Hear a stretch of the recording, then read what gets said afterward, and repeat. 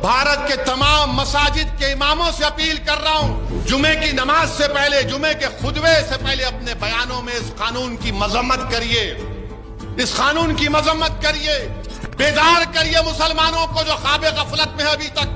جو وکلا ہیں، مسلم وکلا، وہ سیمینار کریں، وہ مسجدوں کے ذمہ داروں سے اجازت لے کر جمعے کے دن جا کر اس قانون کے بارے میں بتائیں۔ جو مشائخین الزام ہیں وہ اپنے خانخواہوں میں نہ بیٹھیں، بلکہ خانخواہوں سے نکل کر رسم شبیری ادا کرنے کا وقت ہے یہ۔ جو لوگ یتیم خانے چلاتے ہیں ان کو خطرہ ہے، مساجد کو خطرہ، درگاہوں کو خطرہ، سب چھین لی جائیں گی۔